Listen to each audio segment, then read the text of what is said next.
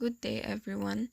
In this video, I'm going to talk about the mind map of lifespan development. So we have here the lifespan perspectives, the different periods of human development, and lastly, the main theories of human development. So now let us define what is lifespan development. Lifespan development is the field of study that examines patterns of growth, change, and stability in behavior that occur throughout the entire lifespan. It studies how humans learn, mature, and adapt from infancy to the elderly phases of life. So now we move on to the approaches to studying development called the lifespan perspective. Lifespan perspective assumes that the aging process is complex, that it occurs across different dimensions throughout the working life, and this approach is based on several key principles. The first principle is that development is lifelong. It occurs across one's entire life.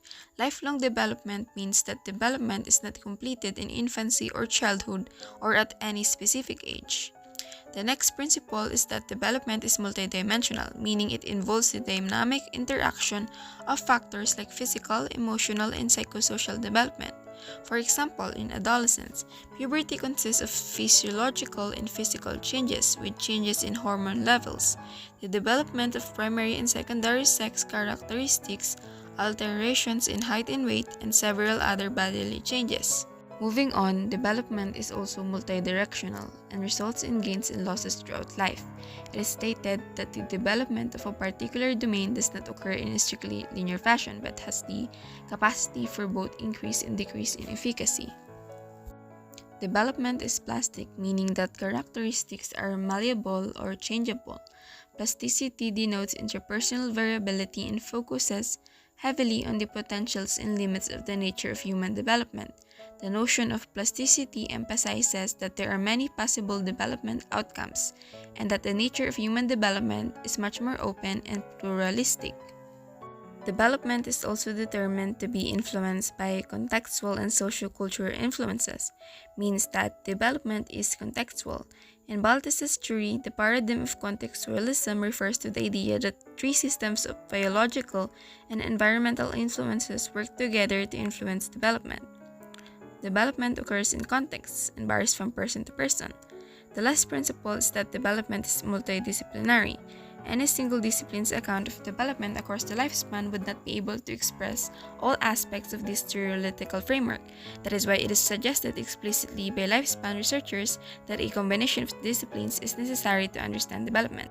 Now we move on to the different periods of human development. Developmentalists often break the lifespan into 8 stages, which are the prenatal, infancy and toddlerhood, early middle childhood, adolescence, early and middle adulthood, and lastly the late adulthood. The first stage is prenatal development, which occurs when conception happens and development begins. This is a time when major structures of the body are forming and the health of the mother is of primary concern. The next stage is infancy and toddlerhood, which are periods of dramatic growth and change in the first year and a half to 2 years of life.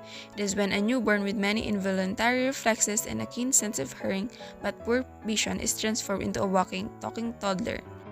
Early childhood, also known as the preschool years, refers to the years that follow toddlerhood and precede formal schooling, roughly ages 2 to 5 or 6.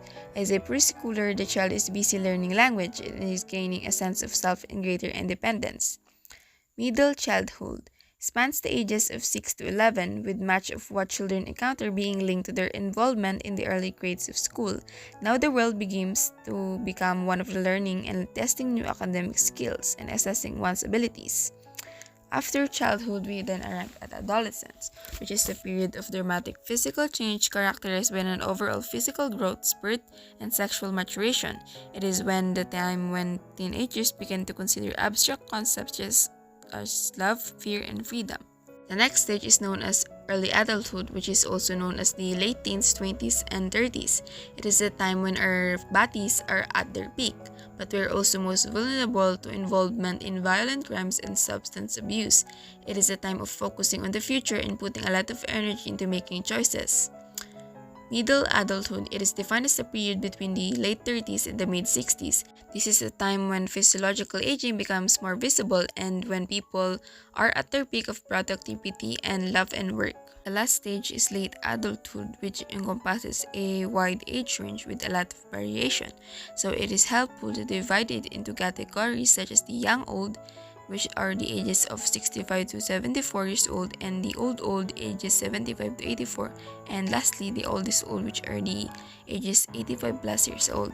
In addition, the topic of death and dying is usually addressed after late adulthood. Now we move on to the main theories of human development.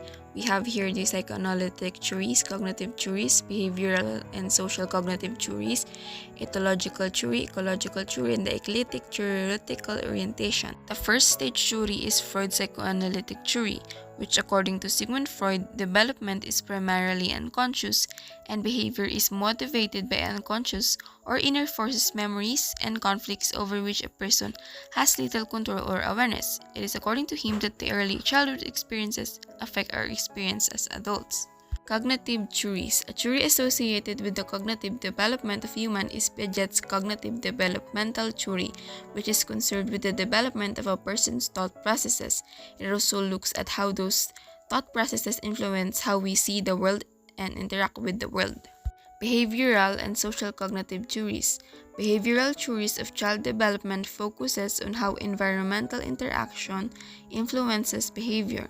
This theory deals only with observable behaviors, and development is considered a reaction towards punishment, stimuli, and reinforcement. On the other hand, the social cognitive theory emphasizes the dynamic interaction between people, their behavior, and their environments. The next theory is the ethological theory, which claims that our behavior is part of our biological structure. According to this theory, just as a child may receive certain physical characteristics passed on from a previous generation, so the child inherits certain behavioral traits to survive. Ecological theory. This theory system holds that we encounter different environments throughout our lifespan that may influence our behavior in varying degrees.